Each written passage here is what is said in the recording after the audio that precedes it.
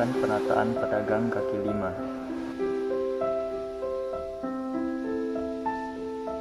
Secara umum, konflik dapat digambarkan sebagai benturan kepentingan antar dua pihak atau lebih.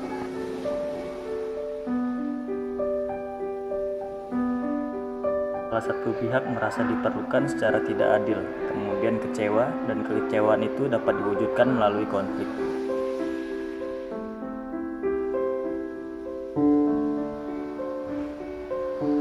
Konflik terjadi di antara kelompok-kelompok dengan tujuan untuk merebutkan hal-hal yang sama.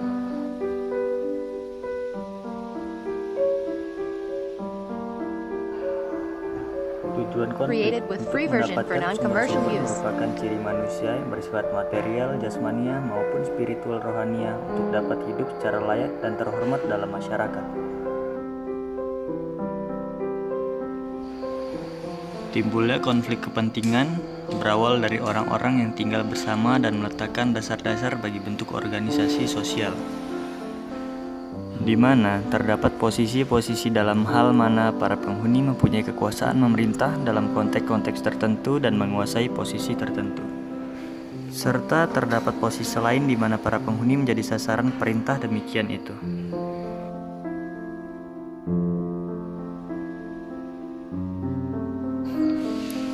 Bentuk-bentuk konflik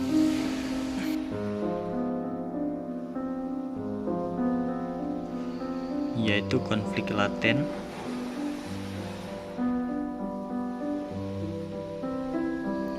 konflik manifest, created with free version for non-commercial use, dan konflik permukaan.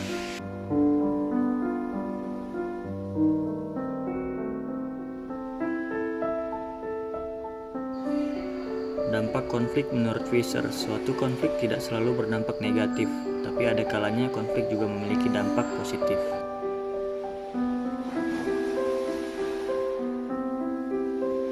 Dampak positif dari suatu konflik adalah sebagai berikut. Dapat memperjelas berbagai aspek kehidupan yang belum tuntas. 2. Adanya konflik menimbulkan penyesuaian kembali norma-norma dan nilai-nilai yang berlaku dalam masyarakat.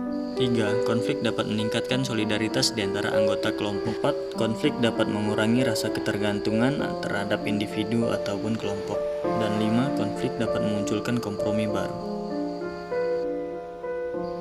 Dampak negatif dari suatu konflik adalah sebagai berikut. Keretakan hubungan antar individu dan persatuan kelompok. Kerusakan harta benda bahkan dalam tingkat konflik yang lebih tinggi dapat mengakibatkan hilangnya nyawa seseorang. Berubahnya kepribadian para individu atau anggota kelompok. Munculnya dominasi kelompok pemenang atas kelompok yang kalah.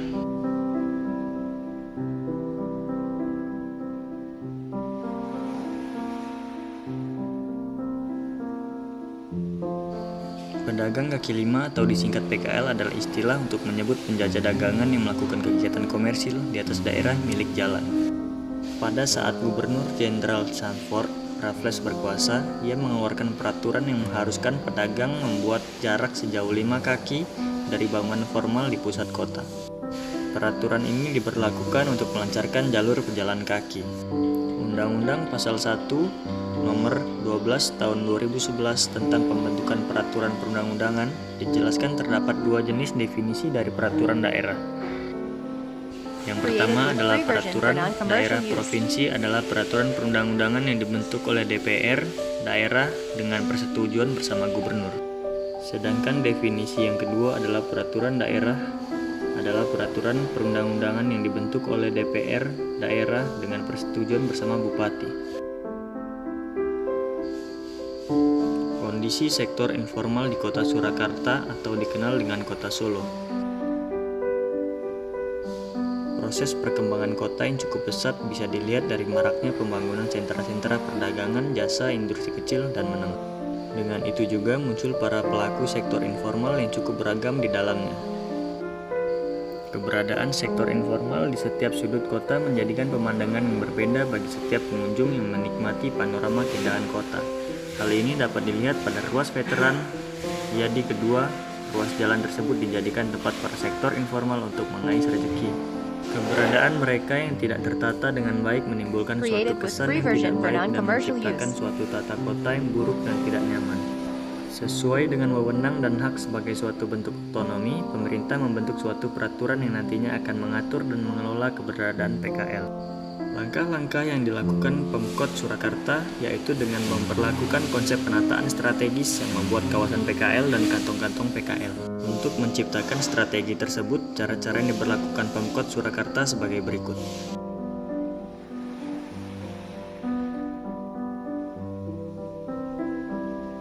1. Relokasi. 2. Shelter lockdown. 3. Tenda. 4. Gerobak. Dan 5. Penertiban. Relokasi kegiatan ini dilakukan bila tidak tersedia lahan di lokasi dan jumlah PKL terlalu banyak. Shelter knockdown. PKL akan dibangunkan shelter jika di lokasi masih tersedia lahan. Created with free version for non-commercial use. Dilakukan pada wilayah lahan yang tersedia dan PKL hanya melakukan aktivitas pada malam hari. Gerobak. Pemberian gerobak dilakukan pada wilayah yang lahannya tidak tersedia untuk shelter dan tenda. Penertiban sebagai langkah terakhir jika PKL tetap membandel tidak mau mengikuti program penataan Pemkot. Dampak ekonomi relokasi pedagang kaki lima, yaitu kenaikan PAD Kota Surakarta yang dihasilkan dari pungutan dari pedagang kaki lima. Dari segi lingkungan, awalnya PKL menolak untuk dipindahkan karena fasilitas umum ke daerah tersebut umumnya masih kurang dan hanya ada satu angkutan saja yang benar-benar melewati daerah sana. Tetapi setelah adanya pasar Noto Created Horajo, with free version pemerintah for daerah non-commercial membangun use. Islamic Center tepat di sebelahnya dan mempromosikan pasar Noto Harjo secara masif. Secara garis besar, dampak lingkungan dari relokasi tersebut hingga saat ini masih dirasakan positif oleh pihak-pihak yang terkait.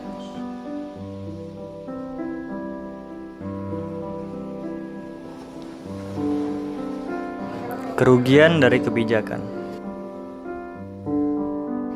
Dari sisi pedagang kaki lima, sedikit berkurangnya pembeli yang merasa tidak dapat menjangkau kawasan tersebut. Sulitnya untuk mengurus KTP dan izin lokasi PKL. Masih sering adanya pungutan liar dari luar kebijakan pemerintah kota. Sisi pemerintah. Adanya kendala penyediaan tempat untuk dijadikan tempat relokasi PKL. Created with free version for non-commercial use.